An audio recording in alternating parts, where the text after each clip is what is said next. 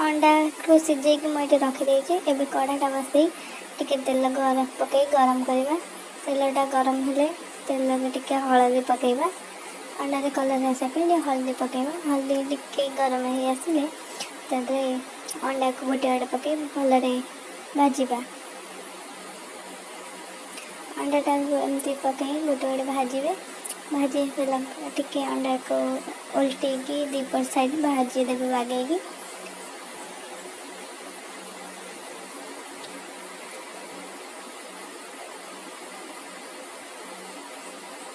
अंडाटा एमती भाजी देवे।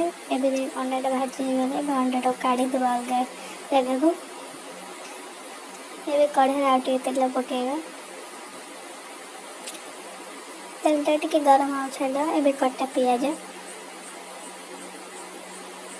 तो लुण पकई भाजवा। पियाज जल्दी भाजी हो पियाज टे भाजवा दे 3 मिनट पियाजटा भाजी आसला पियाज मसला को दबा।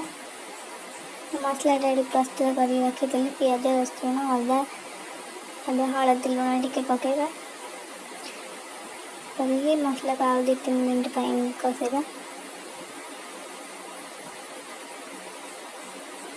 एबे चिकन मसला टी पकई दे कसी दबा टिके।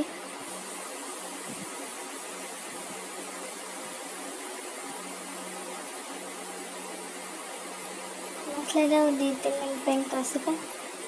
एबे से कटा टमाटर दे आउ टिके कसिया छाड़ दबा।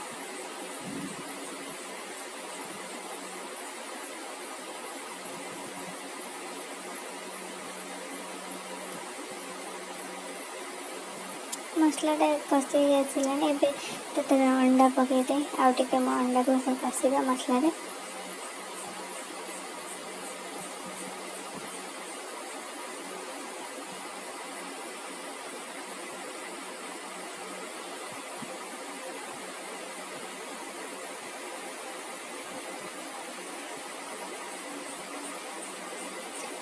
एबे टिके पानी दे गरम मसला पकई फुटेकी दे फुटवा छाड़ीदबा। आ प्रस्तुत हो गला अंडा मसला।